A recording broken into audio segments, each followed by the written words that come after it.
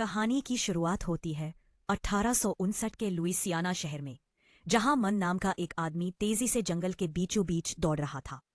उसकी गर्दन पर लोहे का बड़ा सा कॉलर बंधा हुआ था। इस कॉलर की वजह से उसके पीछे एक तेजधार ब्लेड लगा हुआ था, जो उसके रास्ते में आने वाली हर चीज को काट रहा था। मर्तन बार बार जॉइंट स्पाइडर और प्रेसिडेंट की खबर करने के बारे में कुछ न कुछ बोल रहा था, लेकिन कुछ ही पलों में ब्लेड उस तक पहुंच गया और उसका सर धड़ से अलग हो गया। थोड़ी देर बाद जनरल मैक्रेथ वहां आया और उसकी लाश देखकर हंसते हुए उसकी मौत का मजाक उड़ाने लगा।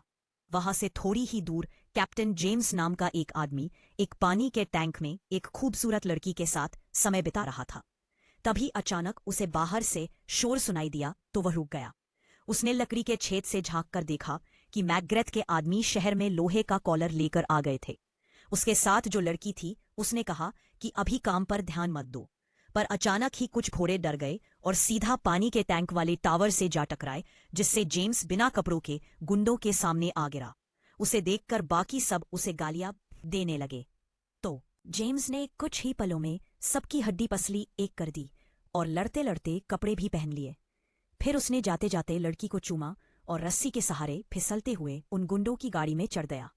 फिर उसने एक बक्सा खोला तो उसके होश उड़ गए, क्योंकि उसमें बहुत से पेट्रोल बम्स भरे हुए थे।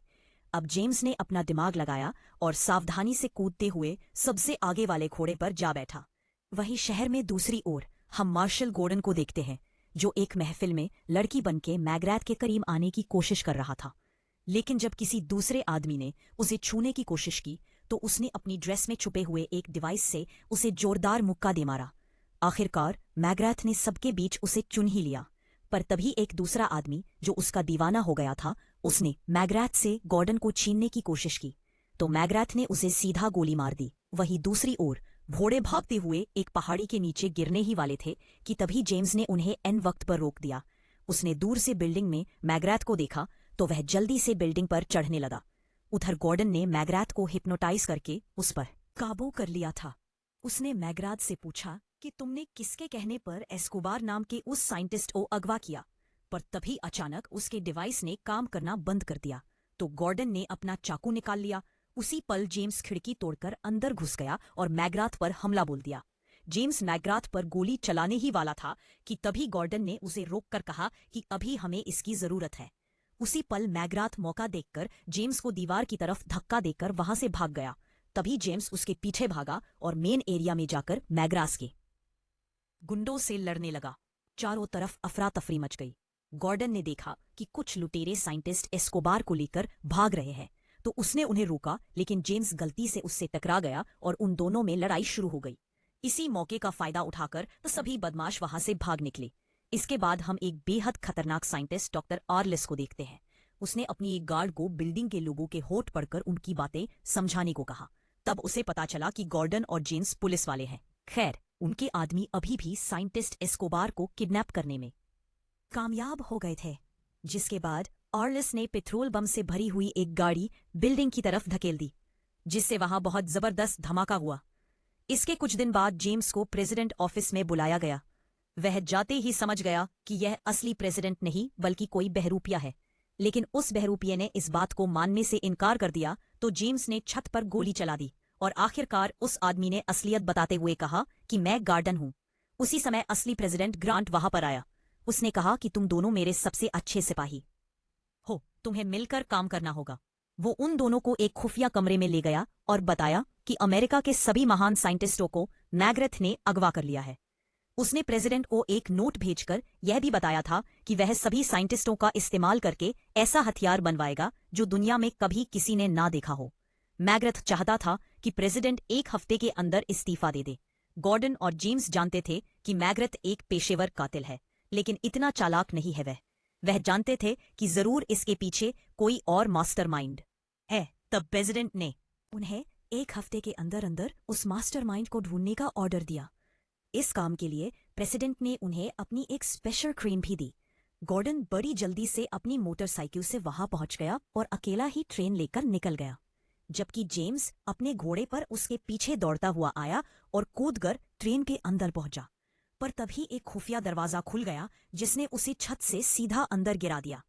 अंदर जाते ही गॉर्डन और जेम्स में बहसबाजी शुरू हो गई और जेम्स ने गुस्से में उसे मुक्का मार दिया कि चुप हो जाना। तभी गॉर्डन कुछ अजीबोगरीब हरकतें करने लगा। अचानक उसने एक बटन दबाया जिसमें से हथौड़ा बाहर आया और सीधा जेम्स को जा लगा। तभी जेम्स सीधा एक पूल टेबल पर जा गिरा जिसने अचानक उसे रस्सियों से बांधकर उल्टा कर दिया और अब वह रेल की पटरियों के सामने था। अब बदले में जेम्स ने एक चैन खींच दी जिससे गॉर्डन की कुर्सी भी ऐसे ही उल्टी हो गई। आखिरकार उन दोनों ने फैसला किया कि सिर्फ प्रेसिडेंट के लिए मिलकर काम करेंगे। इसके बाद गॉर्डन ने मॉर्टन के सर को एक मशीन से जोड़कर चेक किया कि उसने मरने से पहले आखिरी बार क्या देखा था। यह कोई और नहीं बल्कि मैग्रेटथ ही था। फिर उन दोनों ने देखा कि मैग्रेटथ की जेब में एक कॉस्ट्यूम फंक्शन का इनविटेशन था जो कि न्यू ऑर्लिन्स शहर में होने वाला था। इसीलिए वह दोनों भी तुरंत वही के लिए रवाना हो गए। फिर पार्टी की रात जेम्स चुपके से बिल्डिंग में घुस गया, पर जब एक गार्ड ने उसे रोकने की कोशिश की तो उसने एक ही मुक्के में गार्ड को बेहोश कर दिया और खिड़की से अंदर पहुंच गया। अंदर उसकी मुलाकात हुई मिस ईस्ट से जो कि ऑर्लिन्स की पर्सनल असिस्टेंट थी। उसने जेम्स को आसपास घुमाया और महल के अंदर का टूर दिया। उसी वक्त जेम्स ने भीड़ में गॉर्डन को पहचान लिया जो भेष बदलकर वहां आया था। फिर नाचने गाने वालों के आने से एक बड़े शो की शुरुआत हुई। साथ ही इब्राहिम लिंकन का एक बहुत बड़ा स्टैच्यू अंदर लाया गया, पर तभी अचानक उसमें जबरदस्त धमाका हो गया और अंदर से ऑर्लिन्स बाहर निकला जिसका आधा शरीर गायब था। उसे जिंदा देखकर सब लोग हैरान थे। फिर जेम्स ने उसके पास जाकर उससे मैग्रेटथ के बारे में पूछा, लेकिन ऑर्लिन्स ने ऐसे जवाब दिया मानो वो मैग्रेटथ को जानता ही ना हो। इसी बीच गॉर्डन ने कुछ डांसर्स को छुपकर एक साइड में जाते देखा और उसे एक लड़की के चिल्लाने की आवाज सुनाई दी। बाद में हम देखते हैं कि ऑर्लिस मैग्रेटथ से अकेले में कुछ खुफिया बात कर रहा था। इधर जेम्स भी छुपकर उन दोनों की बातें सुन रहा था। मैग्रेटथ काफी गुस्से में था क्योंकि पिछली बार के हमले में उसके सारे हथियार बर्बाद हो गए। तब ऑर्लिस ने उसे एक नक्शा दिखाकर कहा कि मैं इस जगह पर नदी के पास और हथियार पहुंचा दूंगा। फिर उन दोनों के जाने के बाद जेम्स ने ऑफिस में घुसकर कागज पर बने नक्शे के निशानों को ट्रेस किया, लेकिन उसी वक्त मिस ईस्ट वहां आकर उसे चूमने के बहाने उसका ध्यान भटकाने लगी। अचानक एक पेंटिंग के पीछे कुछ हलचल हुई। असल में वहां एक गार्ड छुपा हुआ था। गार्ड ने तुरंत बंदूक निकालकर जेम्स पर निशाना लगाया, पर वह गोली गलती से मिस ईस्ट को लग गई। तब जेम्स ने गुस्से में आकर पेंटिंग के पीछे छुपे सभी गार्ड्स को मार दिया और वहां से निकल गया। फिर वह मेन फ्लोर पर जाकर एक औरत के साथ डांस करने लगा क्योंकि उसे लग रहा था कि यह वहस बदलकर गॉर्डन है। जेम्स ने उसे इकट्ठा की हुई सारी जानकारी दी। फिर उसने गॉर्डन समझकर तरबूजों के ऊपर हाथ रख दिया। फिर उसने कहा कि वाह गॉर्डन, तरबूज तो बहुत अच्छे बनाता है तो। लेकिन तभी उस औरत ने उसे जोरदार थप्पड़ दे मारा। उसी समय गॉर्डन भीड़ में से बाहर आया और चिल्लाने लगा कि कितना गंदा आदमी है ये, फांसी की सजा होनी चाहिए इसे। अब वहां खड़े लोग जेम्स को पकड़कर बाहर ले गए। उधर गॉर्डन ने उस कमरे का ताला तोड़ डाला जहां से उसे चिल्लाने की आवाज आई थी। उसने देखा कि यह तो कुछ अलग ही तरह का कमरा है जहां पर एक पिंजरे में रीटा नाम की लड़की कैद थी। तब गॉर्डन ने अपने स्पेशल डिवाइस से ताला तोड़कर उसे रिहा कर दिया। वहीं बाहर जेम्स गुस्साई भीड़ को किसी तरह से रोकने की कोशिश कर रहा था, उलझलूल बातें बोल के। साथ ही इसने उस औरत से कहा कि मैं मजाक नहीं कर रहा था, मैं अपनाऊंगा इसे, मुझसे शादी करोगी? तभी गॉर्डन और रीटा एक बग्गी में उसे बचाने आ पहुंचे। उन्हें देखकर जेम्स ने भी प्लेटफार्म से छलांग लगाई और सीधा उसी बग्गी में पहुंच गया। तब रीटा ने बताया कि मैं कोई नाचने वाली नहीं हूं, बल्कि साइंटिस्ट एस्कोबार की बेटी हूं। मैं छुपकर अपने पिता को ढूंढने आई थी। वहीं नदी किनारे ऑर्लिस और मैग्रेथ अपने अगले प्लान की तैयारी कर रहे थे। किनारे पर मैग्रेथ के फौजी उसके ऑर्डर्स का इंतजार कर रहे थे। उसी समय स्टीम से चलने वाला एक टैंक वहां आया और फौजियों को लगा कि वह उनका नया हथियार है, इसीलिए वह खुशियां मनाने लगे। पर अचानक टैंक ने वहां धुआंधार फायरिंग की जिसमें सभी फौजी मारे गए। मैग्रेथ के पैरों तले जमीन खिसक गई और वह ऑर्लिस पर चिल्लाया कि तुमने मुझे धोखा क्यों दिया। तब ऑर्लिस ने कहा कि यह मेरा बदला है। दरअसल मैग्रेथ उसे एक लड़ाई में अकेला छोड़कर भाग गया था। उसी लड़ाई में उसने अपने आधे शरीर को खोया था। मैग्रेथ ने गुस्से में अपनी बंदूक निकाली, लेकिन ऑर्लिस ने अपनी व्हीलचेयर से गोली चलाकर उसे मार डाला। फिर उसने अपने साथियों से 1000 किलो सोना स्पाइडर कैनियन नाम की एक जगह पर लाने को कहा, जिसके बाद वह अपना सबसे बड़ा हथियार बाहर निकालेगा। खैर, जब रीटा, जेम्स और गॉर्डन वहां पहुंचे तो उन्होंने देखा कि सभी फौजियों की लाशें वहां बिखरी पड़ी है और ऑर्लिस वहां से गायब था। तब जेम्स ने एक कहानी सुनाई जिसके मुताबिक न्यू लिबर्टी शहर में ऐसे ही हथियार का इस्तेमाल हुआ था। वहां पर इसी तरह के टैंक से बुजुर्गों और बच्चों तक को मार दिया गया। तभी उन्हें पानी से आवाज आई तो पता चला कि मैग्रेथ जिंदा है। जेम्स यह मानता था कि मैकग्रथ ही न्यू लिबर्टी के हादसे का जिम्मेदार है, लेकिन मैकग्रथ ने बताया कि मुझे तो फंसाया गया है, असल में सबके पीछे आरलेस का हाथ है। और इतना कहते ही उसने दम तोड़ दिया। फिर रीटा ने बताया कि उसने महल में सुन लिया था कि आरलेस कहाँ जाने वाला है, पर इसका खुलासा वह तभी करेगी अगर जेम्स और गॉर्डन उसे अपने साथ ले जाएंगे। जब वह दोनों मान गए तो रीटा ने बताया कि आर्स यूटा शहर जा रहा है, लेकिन यह सुनते ही वह दोनों ट्रेन में चढ़ गए और रीटा को वहीं छोड़ दिया। मगर रीटा ने भी हार नहीं मानी, बल्कि वह भागकर उसी जगह से अंदर घुस गई जहां से पहले जेम्स आया था। सुबह उठकर गॉर्डन ने देखा कि जेम्स ने अपने एक जूते में चाकू फिट कर लिया था। जल्द ही वह सब आर्स की ट्रेन के करीब पहुंच गए, लेकिन जैसे ही वह एक टनल में घुसे तो अचानक से आर्स की ट्रेन गायब हो गई। वो समझ नहीं पाए कि यह हुआ क्या। असल में आरलस की ट्रेन खास बीन्स का इस्तेमाल करके ऊपर उठ रही थी, जिस वजह से जेम्स और गॉर्डन अपनी ट्रेन में उनसे आगे निकल गए। तभी आरलस ने पीछे से उन पर गोलीबारी शुरू कर दी, तो जेम्स पूल टेबल पर लेटकर नीचे पटरियों तक पहुंच गया। बदकिस्मती से उसकी रस्सी टूट गई और वह ट्रेन से पटरियों पर जा गिरा। तब जेम्स ने मौका देखकर वह रस्सी आरलस की ट्रेन से बांध दी और ऊपर चढ़ गया।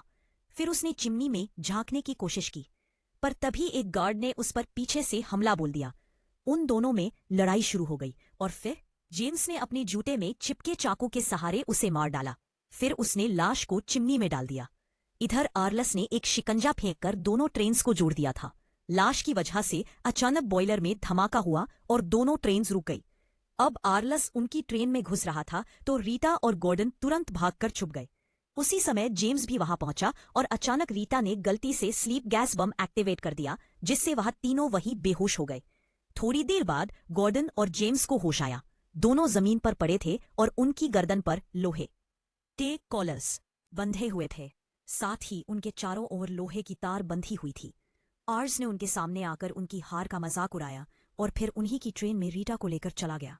तब गॉर्डन ने अपनी जेब चेक की तो उसे कोई डिवाइस नहीं मिला, मगर उसे एक नोट मिला जिसमें लिखा था कि जब तक वह इस तार के अंदर है तब तक जिंदा रहेंगे। जेम्स को इस पर यकीन नहीं हुआ, इसीलिए उसने जांच करने के लिए तार से बाहर कदम बढ़ाया। तभी अचानक एक मशीन एक्टिवेट हो गई, जिसमें से 2 गोल ब्लेड्स तेजी से घूमते हुए आए और रास्ते के सभी पेड़ पौधे काटते हुए उनका पीछा करने लगे। गॉर्डन ने चिल्लाते हुए कहा कि इन कॉर्नर मैग्नेट्स की पावर पूरे 400 साल बाद खत्म होती है। अब वह दोनों जान बचाने के लिए पास के खेत में जा घुसे। वो एक दूसरे के आमने सामने खड़े हो गए। जैसे ही ब्लेड्स उनके करीब पहुंचे, दोनों नीचे कूद गए और वह ब्लेड आपस में टकराकर टूट गए। लेकिन उसी समय उन्हें एहसास हुआ कि वह गोबर से भरे गड्ढे में गिर चुके हैं। कुछ देर बाद वह दोनों खेत से बाहर निकले तो दोनों में बहसबाजी शुरू हो गई। गॉर्डन ने गुस्से में जेम्स पर चिल्लाकर कहा कि सब तुम्हारी गलती है। उसने जेम्स को मारने के लिए पत्थर उठाया, पर उसका पत्थर गलती से कॉलर पर जा लगा, जिससे उन कॉलर्स की मैग्नेटिक फोर्स एक्टिवेट हो गई और दोनों कॉलर्स एक दूसरे से चिपक गए। अचानक जेम्स कूदकर जमीन पर गिर गया और गॉर्डन को अपने जूते से चाकू निकालने को कहा। गॉर्डन ने उसका जूता निकाला, लेकिन कॉलर्स अभी भी उनके कंधों पर मौजूद हर मेटल से चिपक रहे थे। दोनों ने एक दूसरे से दूर भागने की कोशिश की, लेकिन फिर भी मैग्नेट्स ने उन्हें एक बार फिर से वापस खींच लिया। इसके बाद दोनों पहाड़ी से लुढ़कते हुए सीधा नदी में जा गिरे। पानी में गिरते ही गॉर्डन बेहद खुश हो गया, क्योंकि उसे अपनी टूल किट मिल गई थी। फिर थोड़ी मेहनत के बाद उन्होंने कॉलर्स निकाल दिए और जेम्स आग जलाने के बाद खाना ढूंढने निकल पड़ा। बाद में उसने गॉर्डन को अपने बचपन की कहानी सुनाई। दरअसल वो पैदा ही एक गुलाम परिवार में हुआ था। फिर एक दिन मौका देखकर वह भाग निकला और रेगिस्तान में छुप गया, जहां अमेरिका के मूल निवासी, जिन्हें रेड इंडियंस भी कहा जाता है, उन्होंने उसे पाला। जब तक वह वापस आया तब तक उसके परिवार को मार दिया गया था। तभी अचानक उनके सामने एक खास तरह की मधुमक्खी ने मकड़ी को पकड़ लिया। गॉर्डन इस घटना को काफी ध्यान से देख रहा था। फिर अगली सुबह दोनों रेगिस्तान से चल पड़े और अचानक गॉर्डन के हाथ का कॉलर अपने आप उसे आगे खींचने लगा। पता चला कि यह तो आर्लेस की खुफिया रेल पटरी थी। अब वह इसके जरिए आर्लेस का पीछा कर सकते हैं। आखिरकार वह स्पाइडर कैनियन नाम की जगह पर पहुंचे, जहां उनकी ट्रेन भी मौजूद थी। उन्होंने देखा कि आर्लेस ने यहाँ अपना एक शहर बसा लिया था। उसका सबसे बड़ा हथियार था एक बहुत भारी भरकम स्पाइडर, जो अपने रास्ते में आने वाली हर चीज को चकनाचूर कर सकता था। खैर, अब दोनों अपनी ट्रेन में पहुंचे और जेम्स ने साफ कपड़े और हथियार निकाले। तभी गॉर्डन को वह मक्खी वाली बात याद आई और उसने कहा कि उसे भी आर्लेस को रोकने के लिए दा विंची की फ्लाइंग मशीन जैसा कुछ बनाना चाहिए। मगर जेम्स ने कहा कि हमारे पास इतना टाइम नहीं है। वहीं दूसरी ओर हम देखते हैं कि प्रेसिडेंट ग्रांट एक इनॉग्रेशन सेरेमनी में था, जहां अचानक से जमीन थोड़ी थोड़ी हिलने लगी। अचानक वह बड़ा सा स्पाइडर सबके सामने आ गया, जिसे देखते ही सब लोग घबराकर भागने लगे और तभी आर्लेस ने एक ट्रेन में धमाका कर दिया। उसी समय हम देखते हैं कि गॉर्डन प्रेसिडेंट का भेष बनाकर स्टेज पर आ गया था। साथ ही वह कहने लगा कि वही असली प्रेसिडेंट है। वहीं दूसरी ओर जेम्स स्पाइडर के ऊपर चढ़ गया। अब आर्लेस ने दोनों ग्रांट्स पर जाल फेंककर उन्हें कैद करने की कोशिश की। इधर एक गार्ड ने जेम्स को देख लिया और उसे गिराने के लिए गोली चला दी। बाद में हम देखते हैं कि आर्लेस ने अपने अड्डे पर एक मीटिंग रखी थी। उसने ऐलान किया कि वह अमेरिका के छोटे छोटे टुकड़े करके अलग अलग देशों को बेच देगा और एक हिस्सा होगा उसके अपने लिए। उधर जेम्स को होश आया तो उसे एहसास हुआ कि वाह, मैं तो जिंदा हूं। फिर वह वापस ट्रेन पर पहुंचा तो उसे वहां हथियार के नाम पर बेल्ट में छुपी हुई एक छोटी सी बंदूक मिली। फिर गॉर्डन के कॉस्ट्यूम्स देखकर उसे एक आइडिया आया। वहीं आर्लेस के बेस पर ग्रांट ने सरेंडर करने से इनकार कर दिया था, तो आर्लेस नकली ग्रांट यानी गॉर्डन को जान से मारने के लिए तैयार हो गया। लेकिन उसी पल वहां एक डांसर आ गई जो असल में जेम्स है। उसने अपनी अदाओं से आर्लेस को लुभाया और फिर चुपके से उसकी कुर्सी से चाबियां चुराकर गॉर्डन को दी। गॉर्डन ने जल्द ही खुद को रिहा कर लिया, लेकिन तभी जेम्स ने गलती से अपनी ब्रा में छुपे हुए फ्लेम थ्रोअर्स को एक्टिवेट कर दिया और वहां आग निकलने लगी। आर्लेस ने तुरंत अपने आदमियों को गोली जलाने के ऑर्डर्स दिए, मगर जेम्स ने आग से उन्हें जला डाला। कॉपीराइट का चक्कर ना होता मैं गाना लगा देता। बीड़ी जलाई ले जिगर से पिया, जिगर मां बड़ी आग है, डंग डंग। खैर, अब आर्लेस और उसके गार्ड्स ग्रांट को घसीटकर स्पाइडर के अंदर चले गए। जब और फौजी जेम्स की ओर बढ़ रहे थे तो उसने एक बम फेंककर वहां जबरदस्त धमाका कर दिया। उधर रीता सभी साइंटिस्ट्स को रिहा करके अपने साथ एक सुरक्षित जगह पर ले आई थी। अब जेम्स को कुछ समझ नहीं आ रहा था, इसीलिए उसने गॉर्डन से कहा कि जल्दी से वह फ्लाइंग मशीन बनाओ। कुछ ही देर में गॉर्डन ने वह फ्लाइंग मशीन बना दी। जाने से पहले कंडक्टर ने उन्हें कुछ बम दिए और कहा कि वह एक पुलिस वाला है जिसे प्रेसिडेंट ने उन पर नजर रखने के लिए भेजा था। अब जेम्स और गॉर्डन उस मशीन के साथ पहाड़ी से कूद गए। एक बार को तो ऐसा लगा कि गए काम से, लेकिन जल्द ही मशीन उड़ने लगी। वहीं दूसरी ओर हम देखते हैं कि वह बड़ा सा स्पाइडर एक शहर में पहुंच चुका था, जहां आर्लेस ने लोगों को मारना और बिल्डिंग्स को गिराना चालू कर दिया। वह चाहता था कि इसके दबाव में आकर प्रेसिडेंट उसकी बात मान ले, लेकिन उसी पल जेम्स और गॉर्डन अपनी फ्लाइंग मशीन में वहां आ पहुंचे। फिर उन्होंने हवा से बम फेंककर हमला कर दिया। उधर से आर्लेस भी उन पर हमला कर रहा था और अचानक उनकी फ्लाइंग मशीन गिरकर सीधा स्पाइडर से जा टकराई, जिससे एक गार्ड तो गिर गई, मगर बदकिस्मती से बाकी गार्ड्स ने उन्हें घेर लिया और उन्हें पकड़कर आर्लेस के सामने ले जाया गया। तब जेम्स ने आर्लेस का मजाक उड़ाया तो आर्लेस ने बटन दबाकर उसे नीचे वाले हिस्से में फेंक दिया, जहां उसे एक योद्धा का सामना करना होगा जिसके हाथ कटे हुए थे और उनकी जगह पर ब्लेड्स लगे थे। जल्द ही 2 और फाइटर भी उस पर टूट पड़े, तो जेम्स ने बड़ी बहादुरी से उनका सामना किया। फिर उसने मशीन की एक चैन की मदद से ब्लेड वाले आदमी को दूर फेंक दिया। उसने दूसरे आदमी को इंजन में फेंका और अब बारी थी तीसरे आदमी की, जिसके मुंह पर उसने फावड़ा दे मारा। उसी समय एक ऐसा आदमी वहां आया जिसकी चमड़ी लोहे की थी। जेम्स चाहे उस आदमी पर कितने भी वार क्यों ना हो कर ले, पर उस पर कोई असर ही नहीं हुआ। अब जेम्स का दुश्मन उसे स्पाइडर से नीचे फेंकने ही वाला था, मगर अचानक ना जाने कैसे उसकी चिप्स में बिजली का झटका लगा और जेम्स की जगह वो खुद ही नीचे गिर गया। इसके बाद जेम्स ने आर्लेस को धक्का दिया तो आर्लेस अपनी चैन से बाहर निकलकर मैकेनिकल टांगों पर खड़ा हो गया। अब जेम्स ने उसे मुक्का मारकर घुमा दिया तो आर्लेस ने भी उसे पीटा। फिर वह उसके हाथों पर पैर रखकर उसकी छाती पर लगातार वार करने लगा। उसी समय गॉर्डन ने अपनी शर्ट में छुपी हुई छोटी गन निकाली और फटाक से गोली चला दी, मगर उसका निशाना चूक गया तो आर्लेस उस पर हंसने लगा। लेकिन तभी उसे एहसास हुआ कि गोली उसकी मैकेनिकल टांग में लग गई थी और अब वह चल नहीं पा रहा। इसके बाद गॉर्डन और जेम्स ने मिलकर सभी गुंडों को हरा दिया और सबको एक एक करके स्पाइडर से नीचे गिराते गए। तभी ग्रांट ने देखा कि वह स्पाइडर एक पहाड़ी से नीचे गिरने वाला है, तो गॉर्डन ने उसे कंट्रोल करने की कोशिश की, मगर कोई फायदा नहीं हुआ। आर्लेस एक बार फिर अपनी कुर्सी पर वापस आ गया और अपनी खुफिया गन से गोली चलाई, लेकिन वो जेम्स की बजाय स्पाइडर को जा लगी। उसी समय स्पाइडर पहाड़ी की चोटी पर जा रुका। अचानक आर्लेस और जेम्स दोनों फिसल गए। जेम्स किसी तरह आर्लेस की व्हीलचेयर पकड़कर बचा हुआ था। आर्लेस अब भी देश को खत्म करने की बातें कर रहा था, तो जेम्स ने उसकी कुर्सी का लीवर ही खींच दिया, जिससे आर्लेस खाई में जा गिरा, जबकि जेम्स एक चैन को पकड़कर बच गया। बाद में प्रेसिडेंट ग्रांट ने ऐलान किया कि उसने सीक्रेट सर्विस नाम की एक एजेंसी बनाई है जिसका काम होगा प्रेसिडेंट की रक्षा करना, और उस एजेंसी के सबसे पहले एजेंट्स होंगे गॉर्डन और जेम्स। बाद में रीटा ने उन दोनों का शुक्रिया अदा किया और तब उसने खुलासा किया कि एस्कोबार उसके पिता नहीं बल्कि पति है। यह सुनकर दोनों दंग रह गए। तब रीटा मुस्कुराते हुए वहां से चली गई और जेम्स और गॉर्डन ने एक दूसरे को देखा और स्पाइडर पर चढ़कर सनसेट की ओर निकल गए। वीडियो पसंद आई तो लाइक कर देना, चैनल को सब्सक्राइब कर लेना।